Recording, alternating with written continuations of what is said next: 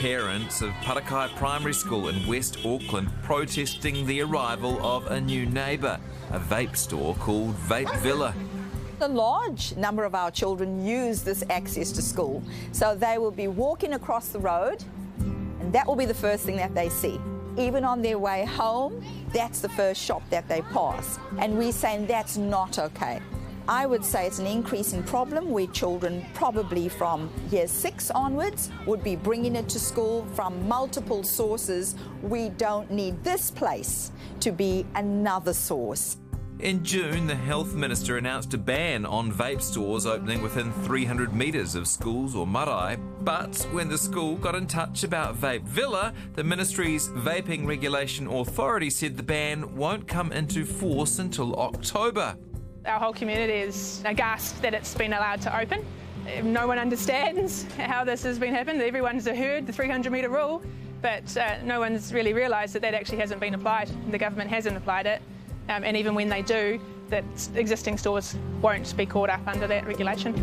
Vape Villa's owner is Hemant Vasantrao, who also owns this liquor store 2 doors down. The decision to have a vape store was well before law came into existence. Because I am having experience of liquor store, we don't allow under 18 to come in.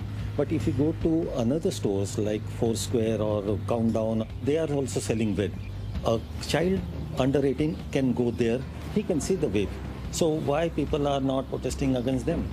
He says he's already made concessions, like taking down a sign and promising to close the store when the kids arrive and leave for school. He's even considering a new name that doesn't include the word vape. But for these parents, that's not enough. No way. No, the location is absolutely wrong. Shouldn't be right outside of school. This is something that they're going to be subjected to seeing every day, and it's a real concern to me that this is going to become a normality to my children. We have people who have come from South Auckland. We have a 93-year-old grandmother. It just shows we've had over 100 people turn out that it matters. How can you open this store knowing the danger and the harm that vaping can do to kids? Interesting one, eh? Oh, look, it is. And it was interesting because he really did sense the balance. There's no balance. You see both sides. You could see both sides. But it's actually awesome that we've got you on the desk tonight because I feel like I don't know. I feel like a numpty, basically. You telling me that it's obviously better not to smoke and to vape. What are the pros and cons of it? Yeah, 100%. You know, vaping is there for people who need to give up smoking. It's a fantastic nicotine delivery device for someone who is inhaling smoke and putting themselves at risk of lung cancer.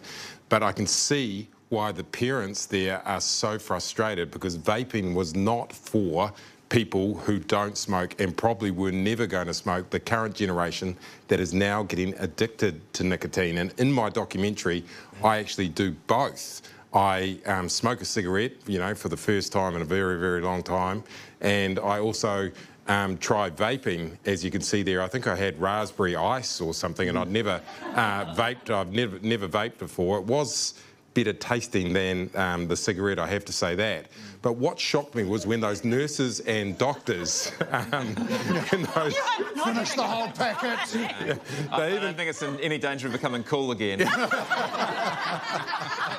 Let me ask you this, because parents I speak to are really worried about this, but they're not quite sure what their child is inhaling. So should they be worried based on the results of that experiment? Those doctors and nurses and scientists showed me that the nicotine that you get from sucking on a vape is pretty much the same as the nicotine you get from having a drag on a cigarette. And everybody knows people are vaping a lot more than they used to smoke. They're taking in so much nicotine.